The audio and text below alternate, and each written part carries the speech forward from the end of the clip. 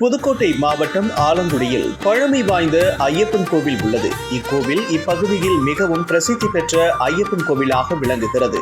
இந்த கோவிலில் இருந்து 1000க்கும் மேற்பட்டோர் ஆண்டுதோறும் சபரிமலைக்கு மாலை அணிந்து விரதமிருந்து செல்வது வழக்கமாகும்.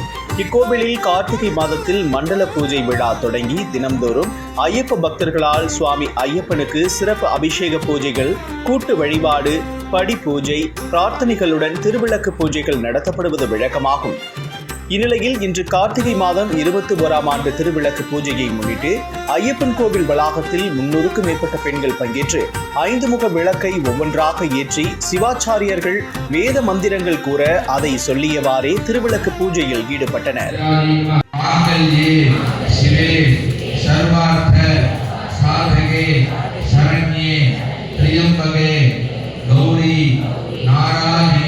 இந்த திருவிளக்கு பூஜை மூலமாக திருமணமாகாதவர்களுக்கு விரைவில் திருமணம், குழந்தை பாக்கியம், வீட்டில் லட்சுமி கடாட்சம் நிறைந்து வளமான வாழ்வு அமையும் என்ற ஐதீகத்தின்படி திரளான பெண்கள் இந்த திருவிளக்கு பூஜையில் கலந்து கொண்டு ஐயப்பனை மனமுருகி வழிபட்டனர். மேலும் 18 படிகளும் பூக்களால் அலங்கரிக்கப்பட்டு படி பூஜை செய்யப்பட்டு சுவாமி ஐயப்பனுக்கு சிறப்பு பூஜைகள் செய்து தீபாராதனை காட்டி சிறப்பு வழிபாடும் நடத்தப்பட்டது.